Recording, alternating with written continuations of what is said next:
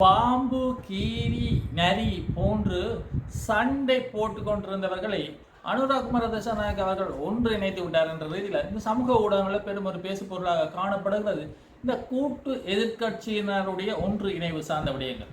ஒரு காலத்தில் பல்வேறுபட்ட ரீதியில் இந்த அரசியல் மோதல் என்பதை தாண்டி தனிப்பட்ட ரீதியில் தங்களுக்கு தாங்களே சேறு பூசி கொண்டிருந்தார்கள்.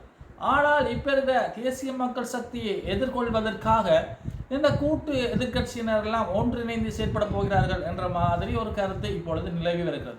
குறிப்பாக அண்மையில் ஒரு கூட்டம் ஒன்று நடைபெற்றிருக்கிறது. என்ன கூட்டம் என்று பார்த்தால், நாமல் அவர்கள் ஒரு எழுத்துப்பூர்வமான கடிதம் ஒன்றை சைட் பிரேமதாஸ் அவர்களுக்கு அனுப்பியிருக்கிறார். அதன் அடிப்படையில் உயர்மட்ட குழு ஒன்றை கூட்டி பல்வேறுபட்ட எதிர்கட்சியை சார்ந்த பல்வேறுபட்ட உறுப்பினர்களுக்கு சைட் பிரேமதாஸ் ஒரு அழைப்புதல் எடுத்து கடந்த 23ஆம் தேதி பாரிய ஒரு கூட்டம் ஒன்று நடைபெற்றிருக்கிறது. அந்த கூட்டத்தில் முக்கியமாக கடந்த காலங்களில் தங்களுக்கு தாங்களே சேறு பூசிக்கொண்டு ஒருவரை ஒருவர் ஊழல்வாதிகளும் குற்றவாளிகளும் என குற்றம் சுமத்தி கொண்டிருந்தவர்கள் இந்த தேசிய மக்கள் சக்தியை எதிர்கொள்வதற்காக கூட்டு இணைந்திருக்கிறார்கள் என்ற ரீதியில் பல்வேறுபட்ட விடயங்கள் பரப்பப்பட்டு வருகிறது.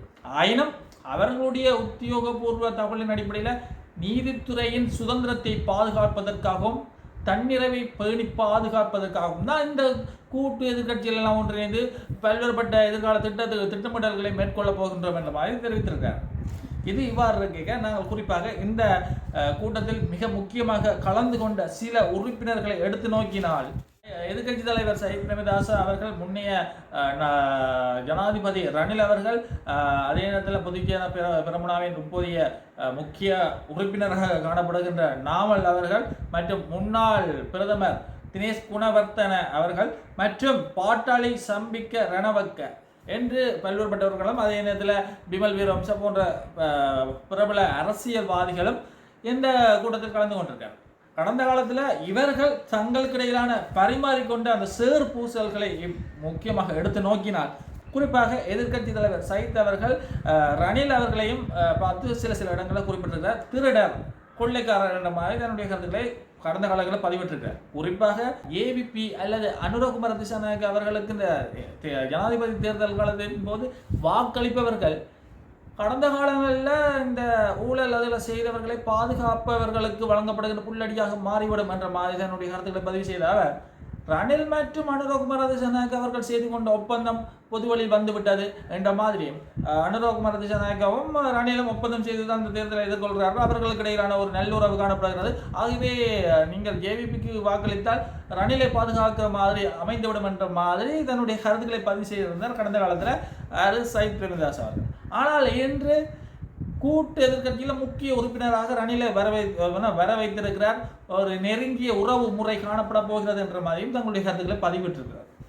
அதே போல பிமல் வீரவம்ச அவர்கள் ஒரு கட்டத்தில் இப்போ இருக்கிற எதிர்கட்சி தலைவர் சைட் பிரேமதாஸ் அவர்கள் ஒரு ஆளுமையற்றவர் என்ற ரீதியிலும், ஐயோ இப்படி ஒரு எதிர்கட்சி தலைவரா என்ற மாதிரி தன்னுடைய விமர்சனங்களை முன்வைத்திருந்தார். குறிப்பாக சைட் பிரேமதாஸ் அவர்கள் நீர்மூழ்கி கப்பலின் நிபுணர் போன்று பல்வேறுபட்ட விடயங்களை இந்த ஏஐ பயன்படுத்தி அதில் தரவை பெற்றுவிட்டு நாளைக்கு போய் பாராளுமன்றத்தில் போய் சொல்லுவார் இப்படியான விடயங்கள். அவ்வாறு ஒரு ஆளுமையற்ற நபர் என்ற ரீதியில் பல்வேறுபட்ட விமர்சனங்களை முன்வைத்த பிமல் வீரவம்ச அவர்கள், நாங்கள் ஒருபோதும் அவர்களுடன் இவ்வாறு திறமையற்றவர்களுடன் இணைய மாட்டோம் என கூறின பிமல் வீரவம்ச இப்போ இணைந்து பயணிக்க போவதாக தன்னுடைய ஊடக சந்திப்பில் தெரிவித்திருக்கிறார். குறிப்பாக நீதித்துறையின் சுதந்திரத்தை பாதுகாப்பதற்காக நாங்கள் எல்லாம் ஒன்றிணைந்து செயல்பட போகின்றோம் என்ற மாதிரி தன்னுடைய கருத்துக்களை பதிவு செஞ்சிருக்கிறார். ஆகவே இதுதான் இப்பொழுது பெரும் ஒரு பேசு பொருளாக காணப்படுகிறது. உண்மையிலேயே இவர்கள் நாட்டு மக்களுடைய நன்மைக்காக ஒன்று இணைந்திருந்தால் பரவாயில்லை. ஆனால் அனுராகுமார திசாநாயக்க அவர்களையும் தேசிய மக்கள் சக்தியையும் எதிர்கொள்வதற்காக ஒன்று இணைந்திருக்கிறார்களா என்று பாரிய ஒரு கேள்விகள் எழுப்பப்பட்டு வருகிறது. ஏனென்றால் அவர்களுடைய கடந்த கால சேறு பூசல்கள், தங்களுக்கு இடையிலான மாறி மாறி சேறு பூசல்கள் மற்றும் அவர்களுடைய அரசியல் காயினர்களை எடுத்து நோக்கும் போது அவ்வாறு தான் அமைகிறது. குறிப்பாக இந்த கூட்டணியில் இருக்கின்ற முக்கியமான பல உறுப்பினர்களுக்கு எதிராக நீதிமன்ற தீர்ப்புகள் வழங்கப்பட்டிருக்கு. ரணில் அவர்கள் சிறை சென்று வந்திருக்கிறார் ஊழல் குற்றச்சாட்டில். அதே போல நாமல் அவர்களுக்கு எதிராகவும் குற்றச்சாட்டுகள் இருக்குது. பிமல் வீரவம்ச அவர்களுக்கு எதிராக இவ்வாறு கடந்த கால அரசாங்கத்தில் இருந்த பெரும்பாலான ஆட்களுக்கு எதிராக தான் இந்த ஊழல் குற்றச்சாட்டுகளும் போதைப்பொருள் கடத்த சார்ந்த பல்வேறுபட்ட வழக்கு பதிவுகள் காணப்படுகிறது. இந்த இடத்துல கடந்த கால அரசாங்கத்தில் வங்கம் வகித்தவர்கள், முக்கிய பதவிகளை வகித்தவர்கள் இப்ப நீதித்துறையின் சுதந்திரத்தை பாதுகாக்க நாங்கள் நடவடிக்கை எடுக்க போகின்றோம்.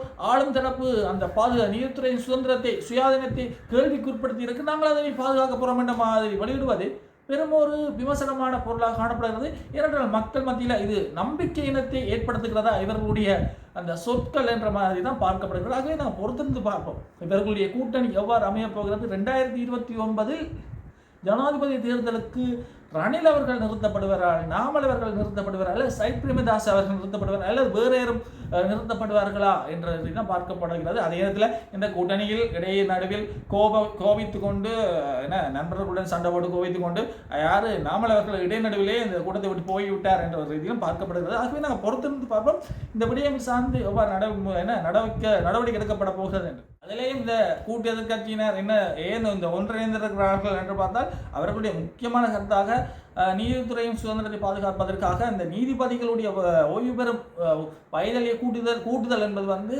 சட்டத்திற்கு விடுக்கப்படுகின்ற ஒரு அநீதி என்ற மாதிரி தங்களுடைய கருத்துக்களை பதிவு செய்திருக்கிறார். உண்மையிலேயே இவர்களுடைய எண்ணங்கள் நீதித்துறையின் சுயாதீனத்தை பாதுகாப்பதுதான் என்பதாக இருந்தால் மக்கள் வரவேற்கக்கூடிய ஒரு விடயமாக காணப்படும். அதே நேரத்தில் தேசிய மக்கள் சக்தியை எதிர்கொள்வதற்காக இவர்கள் ஒன்றிணைந்து செயற்பட ஆரம்பித்திருந்தால் தேசிய மக்கள் சக்தி உறுப்பினர்கள் கூறுவது போல கல்வர்களின் கூடாரமா இவர்களுடைய ஒன்றிணைவு என்றதுதான் பார்க்கப்படுகிறது. ஆகவே நாங்கள் தொடர்ச்சியாக பார்ப்போம் இவர்கள் கல்வர்களின் கூடாரமா அல்லது மக்களின் நாயகர்களா என்ற ரீதியில் வருங்காலத்தில் நாம் பார்க்க வேண்டும். இதில் கலந்து கொண்ட ஒரு உறுப்பினர் கூட நாளைய முக்கியமான விடயமாக நாங்கள் கல்வர்கள் ஒன்றிணைந்து பாரிய ஒரு சதித்திட்டம் மேற்கொள்ள போகிறார்கள் என்ற மாதிரியெல்லாம் பேசப்படும். அதெல்லாம் அப்படியெல்லாம் பேசப்பட்டாலும் நாங்கள் அதற்காக ஒன்றிணையவில்லை, நாங்கள் மக்களுக்காகத்தான் ஒன்றிணைந்து செயல்படுகிறோம் என்ற மாதிரி தன்னுடைய கருத்துக்களை பதிவு செய்திருந்தால். அதே நேரத்தில் நாடாளுமன்றத்திலும் சரி நாடாளுமன்றத்தின் வெளியிலும் சரி ஆளும் தரப்பு இவர்களை பார்த்து கல்வர்களின் கூடாரம் என்ற மாதிரியும் கடந்த இந்த வழக்கு விசாரணைகளிலிருந்து தப்பித்துக் கொள்வதற்காகத்தான் இவர்கள்லாம் ஒன்றிணைந்து தங்களுக்கு தாங்களே பாதுகாப்பு அரணாக அமைகிறார்கள் என்ற ரீதியில் ஆளும் தரப்பு தெரிவித்திருக்கிறது. ஆகவே பொறுத்திருந்து பார்ப்போம். இந்த விடயங்கள் சார்ந்து பல்வேறுபட்ட விடயங்கள் பேசப்பட்டு வருகிறது. நாங்கள் தொடர்ச்சியாக காண்போம். வெளிநாடுகளில் வேலையை செய்துவிட்டு சேவை காலம் முடிந்த பின் நாடு திரும்பும் வெளிநாட்டு ஊழியர்களுக்கு காணி வழங்கும் திட்டம் இப்பொழுது நடைமுறைப்படுத்தப்பட்டு வருகிறதா என்ற ரீதியில் பார்க்கப்படுகிறது. குறிப்பாக ஜனாதிபதி அவர்கள் இது தொடர்பான ஒரு நடவடிக்கை எடுத்துள்ளதாகவும் தகவல் வெளியாகி இருக்கிறது.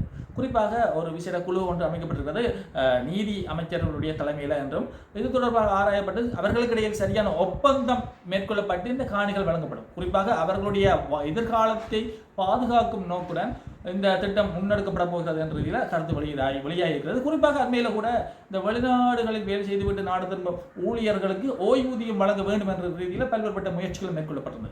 உண்மையிலேயே நாட்டினுடைய பொருளாதாரத்தில் பாரிய செல்வாக்கு செலுத்தும் இந்த வெளிநாட்டு ஊழியர்களினுடைய சேவையை பாராட்டி அவர்களுக்கு இந்த விடயங்கள் செய்து கொடுக்கத்தான் வேண்டும் என்று மக்களும் தங்களுடைய கருத்துக்களை பதிவிட்டு வருகிறார்கள். குறிப்பாக அவர்கள் வெளிநாடுகளில் பணியிலும் வெயிலிலும் வேலை செய்வதனால்தான் இலங்கையில் இங்கிருக்கிற மக்கள் ஒரே ஒரு குறிப்பிட்ட அளவுக்காவது இந்த பொருளாதார சுமைகளை தாங்கிக் கொள்ள முடிகிறது என்ற இதெல்லாம் பார்க்க முடியாது. ஆகவே இந்த வெளிநாட்டில் இருந்து சேவை காலம் முடிந்து நாடு திரும்பும் ஊழியர்களுக்கு பல்வேறுபட்ட நலத்திட்டங்கள் அறிவிக்கப்பட வேண்டும் என்ற ரீதியிலும் பல்வேறுபட்ட தங்களுடைய கருத்துக்களை பதிவு செய்திருக்கிறார்கள். அதே நேரத்தில் கிட்டத்தட்ட 80,000க்கும் மேற்பட்ட டெங்கு நோயாளர்களும் கண்டறியப்பட்டிருக்கிறார்கள். குறிப்பாக 70% அந்த டெங்கு நோய்களில் கிட்டத்தட்ட 59 பேர் மரணித்திருக்கிறார்கள். அதிலேயும் அந்த மரணம் ஏற்பட்டவர்களில் கிட்டத்தட்ட 70% பெண்கள் என்ற ரீதியில் பார்க்கப்படுகிறது. குறிப்பாக அதிக அளவில் இந்த டெங்கு மரணம் பெண்களுக்கு ஏற்படுகிறது என்ற ரீதியிலும் அதிக அளவில் இந்த கொழும்பு மாவட்டத்தில் தான் அதிக அளவான டெங்கு நோயாளர்கள் பதியப்பட்டிருக்கிறார்கள். கொழும்புக்கு போனாலே டெங்கு வந்துடும் என்ற ரீதியில் பார்க்கப்படுகிறது. ஆகவே மக்கள் அவதானமாக இருக்க வேண்டும். கொரோனாவை விட மிக மோசமாக இந்த டெங்கு நோய் இப்பொழுது பரவி வருகிறது. குறிப்பிட்ட சில 7 மாத காலத்துக்குள்ளே 80,000க்கும் மேற்பட்ட டெங்கு நோயாளர்கள் கண்டறியப்பட்டிருக்கிறது. பெரும் ஒரு அதிர்ச்சி ஏற்படுத்தியிருக்கிறது. குறிப்பிட்ட காலங்களில் இன்னும் சில மாதங்களில் காலநிலை மாற்றம் ஏற்படும், அதனால் பாரிய ஒரு தாக்கம் இந்த டெங்கு நோய் ஏற்படுத்தும் என்ற இதில் பார்க்கப்படுகிறது. மக்கள் ஏற்கனவே அவதானமாக இருக்கிறார்கள், இன்னும் அவதானமாக இருக்க வேண்டும் என்று தேசிய டெங்கு ஒழிப்பு திணைக்களம் தன்னுடைய அறிக்கையை வெளியிட்டிருக்கிறது. ஆகவே மக்கள் வீடுகளில் இந்த டெங்கு நோய் பரவுவதற்கான அல்லது உற்பத்தி செய்வதற்கான மூல காரணிகள் கண்டறியப்பட்டால் பாரிய ஒரு தண்டனை வழங்கப்படும் என்ற இதிலும் பார்க்கப்படுகிறது. குறிப்பாக கொழும்பு மாவட்டத்தில் பெரும்பாலான இடங்களில் பாரியொரு டெங்கு நோய் தொற்று காரணமாக பெருமளவான மக்கள் பெருமளவில் பாதிக்கப்பட்டிருக்கிறார்கள். அதனால் சுகாதாரத்துறை கடுமையாக தங்களுடைய எச்சரிக்கை விடுத்திருக்கிறார்கள். இந்த கட்டுப்பாடுகளை சரிவர செய்ய வேண்டும் என்ற ரீதியில் மக்களையும் அவர்கள் வேண்டுகோள் விடுத்து கேட்டுக்கொண்டிருக்கிறார்கள். ஆகவே தொடர்ச்சியாக பார்ப்போம் இலங்கை திருநாட்டில் என்ன நடக்கிறது, இந்த நோய் நிர்ணயங்கள் எவ்வாறு செல்ல போகிறது.